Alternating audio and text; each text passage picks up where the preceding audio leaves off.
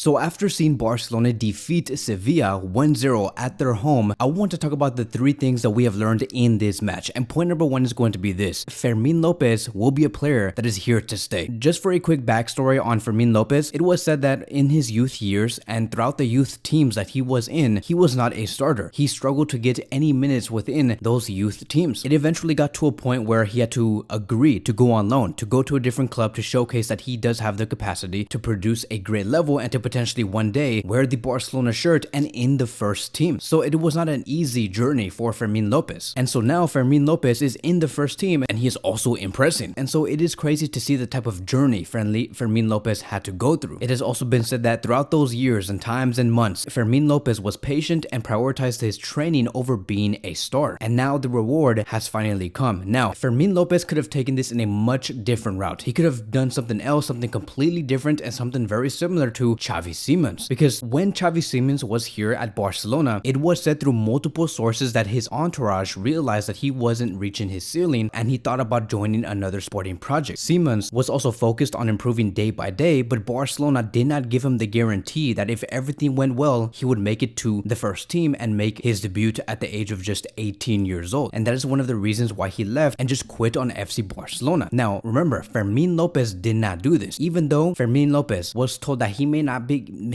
be given the chance to represent the first team, nor even be given minutes within the youth departments, Fermin Lopez did not leave, but Xavi Simons did. Now look, you could say that the reason why Simons did leave to a different club is because the old Barcelona, throughout the time that he was there, did not really use the youth players because they were buying players like Coutinho, Paulinho, and many other veteran players and never gave the chance to the young players in the Barcelona academy. They only bought talent, which is very true. But here's the thing, this current Barcelona team that we have today is a much different team and a difficult team to get into. And I'm saying that because there are players like Gundogan, Joao Felix, who can also play in the central midfield role. Then you have players like Pedri and Frankie who are considered untouchable. So Fermin Lopez's excuse or potential excuse could have been that. He could have been saying they brought in Gundogan, they have Joao Felix now, they have Pedri, they have Frankie, they even have a player like Gavi. I'm never going to get a chance. That midfield just seems untouchable. He could have said that, and that could have been his excuse to leave. But he was patient. He continued to work hard through the youth academy, and then he even went on loan to showcase to Xavi Hernandez why he should be given minutes in the first team. And now that he got those 10 to 15 minutes in his debut in this season or in the preseason, he really capitalized off of that. And so throughout those minutes and chances that he was given, Fermin Lopez was able to score 1 goal and provided 1 assist against Real Madrid. He scored a goal against Mallorca that led towards the 2-2. And then yesterday against Sevilla, he was given the responsibility to create like Pedri does and to drive the ball forward in deep areas like Frankie does. Like for example, here are going to be the 2 videos where Fermin Lopez showcased his ability to be a creator like Pedri. He was very high, he received the ball inside the box by Lamine Yamal, and he was basically a goal threat. Now unfortunately he couldn't score that goal, but you can see that he knows exactly where to place himself inside the box and how to play in a very high position. As for the abilities that he brings, like Frankie de Jong, look at how he's so able to take down one player, drive the ball forward, take it into space, and go on the counter. So Fermin Lopez is a very hard worker, and you can really see that he also gives the exact same spirit of Gavi, I would say. So he's a good mix of all of these players. You can just see that throughout these past 6 to 7 months, Fermin Lopez was looking at what Pedri brought, what Frankie brought, and what Gavi brought, and he's like, okay, I'm gonna grab a little bit from each one of these players, and hopefully Xavi Hernandez can make a decision on me. And so the only thing that I would say that I would think that he is missing is his physicality. I think that when a player wants to go on a 1v1 physical battle with him and try to take the ball away from him, he's very easy to outbody, and I think that Fermin Lopez has to get much better physically. His stance needs to be better, he needs to have better composure and everything all around. He's still very young, he can improve on that, but that is going to be my only critique. Xavi also wanted to say a few things about Fermin Lopez, and this is what he said, and I quote, "He is a great player who dominates both legs. He doesn't lose balls, and he has a one-on-one ability. He has a shot from distance, and he can help us a lot. I am very happy with him." So now let's move on towards the second point and the second thing that we have learned, and that is that Barcelona do need another goal scorer besides Lewandowski. And this is a very important one because I think that Lewandowski against Sevilla was very much below average. He was okay, he was not like super bad, but very much below average. He could have done so much more. He could have found a goal, but he couldn't find a goal for Barcelona, and that's what Lewandowski is supposed to be there for, is to find a lot of goals. He was given those chances too that were created by Gundogan, sometimes Gavi, sometimes Lamine Yamal, sometimes Joao Felix, but he could not capitalize off of those chances. And that is why I do say I just think that Barcelona really do need a plan B, and that is why many of us are looking forward towards the arrival of Vitor Roque Roque, because when Lewandowski is not on his A game and you just see him out of tune with the first team, then he should be benched. And not in a way to like downplay the player, but maybe he could be tired, he could be fatigued, he may just be out of it. Who knows, right? These are not just players, but they're also human. And that is why there should always be an alternative. And when Lewandowski is in this type of form, we can always replace him for Vitor Roque. But we don't have that opportunity yet. If anything, Vitor Roque is injured, but it is so clear that we need another goal scorer. And to be very honest, there's a lot of things that I do ask from Lewandowski, but he just cannot give that. Like, for example, I would really want Lewandowski to make those runs and go up against two players and take down those two players and score the goal himself, something that Luis Suarez was really good at, something that also Cristiano Ronaldo was really good at. We can even talk about Ronaldo Nazario, right? The Brazilian. He was also really good at doing that, but Lewandowski is not that type of profile, and I wish that he was, but he does not bring that, because sometimes we do need the striker to take down two players to give us the advantage inside and outside the box. I also think that he needs to really work on releasing the ball faster. Now, I have no idea if this has something to do with his age or his mobility or whatever, right? But every time he receives the ball and I see the players making those runs, he makes the pass too late, or he's aware of the opportunity, but like really late. Like, for example, in this video here, you can see that Lewandowski receives the ball, Sevilla is out of position, defensive position, and there were like two players that were open on his right side once he did turn around, which was his left side, but he passed it just way too slow. That should have been a pass that should have been made like 1 to 2 seconds before, and that could have been the 2-0. And that is what I do mean, right? Like, Lewandowski just looks out of place sometimes, and that's not good. Maybe I